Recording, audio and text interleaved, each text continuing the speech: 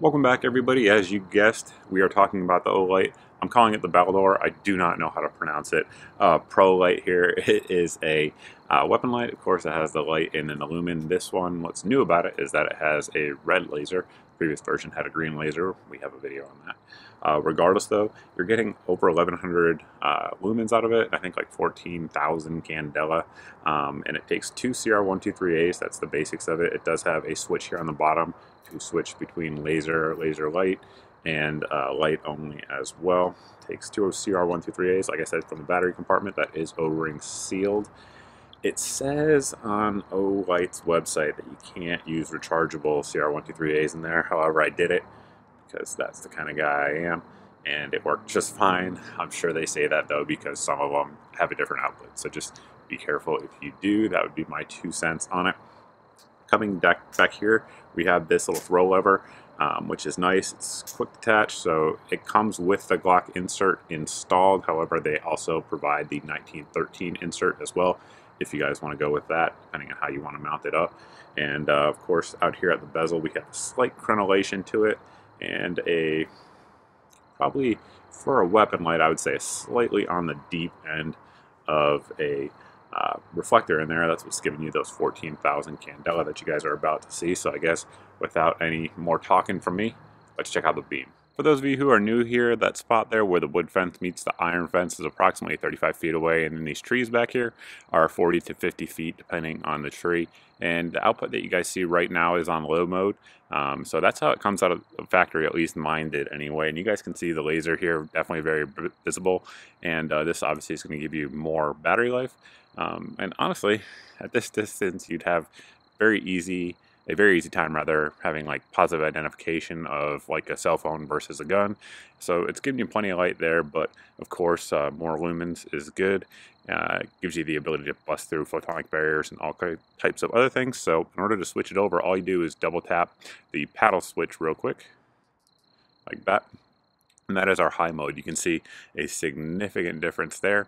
On the camera, it may be a little bit hard to pick up the laser, but to my human eye, it's very, very easy. And I have the camera set on manual, so it's as close as I can get it to my human eye as possible. You guys can see with the focused hotspot there at this distance, again, probably about 35 feet right there.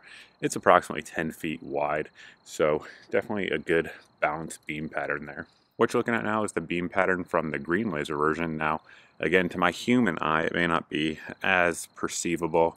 The brightness of the lasers is it's pretty similar at night. One thing I'll tell you though is that during the day, shooting with the green version is absolutely easier to pick up, particularly in a bright sunny day. However, I didn't have any issues seeing the red one either. It's bright enough that even on a bright day, and typically my targets are painted white, I was able to pick it up. However, when it was super, super bright, I had to kind of hunt for it. The green laser, I never had to, so that's definitely just one of the things there is to it. The human eye just picks up green a little bit easier, particularly during the bright sunlight. Now on the bottom of the light, we do have a switch so that you can switch it over to light only, which is what I just did there. Put the laser back on, so you have your light and laser there. You guys can see, and then you can drop down to laser only for folks who just want to use it as a aiming device. For this particular video, I'm not smashing it or dropping it or any of that stuff, simply because I just got the red version in yesterday, did a little bit of shooting, and basically came out here to do this video that you guys are watching right now. However, I've had the green one in for a while. I've had several of their, I guess, weapon lights at this point, and I've not had any issues with them. As some of you guys may know, one of them sat in the bottom of my lake for I think 8 months and was submerged in silt and just disgustingness. And I pulled it out and the thing still worked. So in terms of durability, these Olight weapon lights seem to be pretty darn good. The paddle switches there, that's something that, in my opinion, is largely a preference issue. I've discussed this before with in-force lights and stuff like that. I think if I didn't ever use a weapon light before, I would prefer paddles. However, I am very used to rockers. Kind of a preference thing again, but basically you can press and hold for momentary, and then if you want constant, just tap it real quick. If you want strobe, if anybody has seizures, look away right now, but you can just double tap it and that will give you a strobe mode as well. So that's how it functions. Those are the basic features of it. Like I said, the sale's going on right now. I think it takes these ones down, the black and the FDE version, takes those down to like 90 bucks, and then the gray version is a little bit more than that, but that's a limited edition version if you guys want that, if you want to be Gucci.